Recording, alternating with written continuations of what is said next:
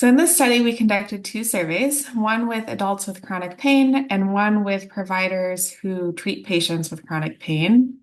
And we conducted these surveys in states that have active medical cannabis programs.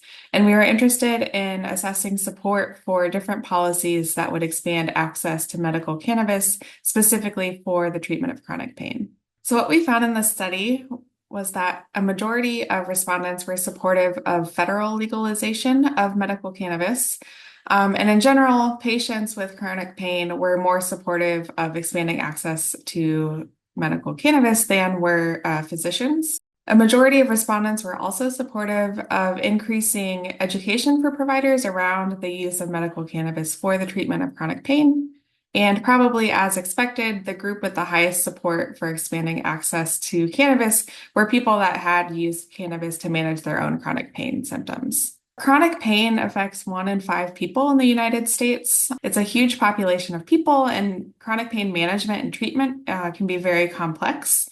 In recent years, there's been shifting guidance, particularly moving away from opioids and emphasizing non-opioid pain treatments.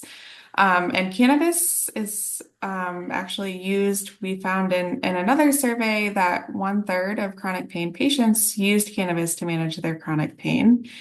And so understanding support for policies, especially kind of in the unique landscape of mixed legal status of cannabis, was really important for just understanding people's interest and access to this as a chronic pain treatment option. I think an important thing to focus on moving forward is this provider education piece. I think particularly in two ways. I think increasing education and first research on the efficacy of cannabis for management of chronic pain. There is moderate evidence that it is an effective treatment, but better understanding modes of use or concentration or who it would work for would be really helpful for providers.